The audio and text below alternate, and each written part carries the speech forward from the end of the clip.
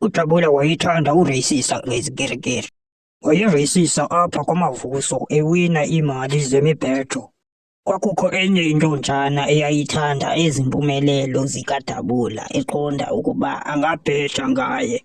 uDabula wayebashiya bonke ngaphandle komntu omnye, uNtsira. uDabula wayecinga ukuba ngenye imini angazama ukumshiya uNtsira ukuba kunokwenzeka into kuye. uNtsira wayezishayele ngombazi wathi ukuba makureyisiswe iwina izofumana umbazi abe yimedi yakhe. Oh, ngumbazi ePumantshi. Ndicinga uba abavani ke mna ke ngenxa ye-ePumantshi. Nisathetha nge-ePumantshi andinxanwe khandibambe ngeponti ndiyothetha. Heyi khawume wena ndisathetha apha. Uyandiphambanela ke ngoku. Yintoni ngoku wena? Ngantoni? Kutheni uza kuthi ndiyakuphambanela? Uthe mandime.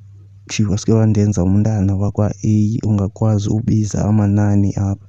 Ke ndifuna uyeke uthetha ndibalise. Hayi mani nawe mani ufuna ukhatywa ube undiphakamisela ububhanxa. Utheni? Hayi andithethi mna nguFaku. Hayibo. Okay, njengokuba bendisitsho. Ngaloo mini kubhejwe imali kunye nalo ePumantshi engumbazi. Hayi ke kwaqala. Ekhokhela uNtsira. Izigirigiri zaziphephetheka kule dry. Zibaleka ngesantya esiphezulu.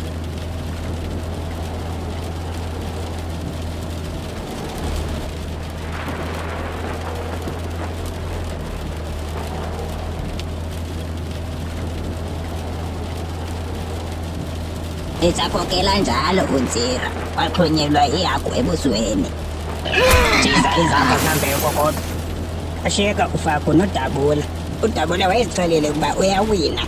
uDabula wava uFaku esithi unganyatheli wobhuda yena uDabula wawina njalo uFaku. Okay, so ufuna ungibulalela loo nto?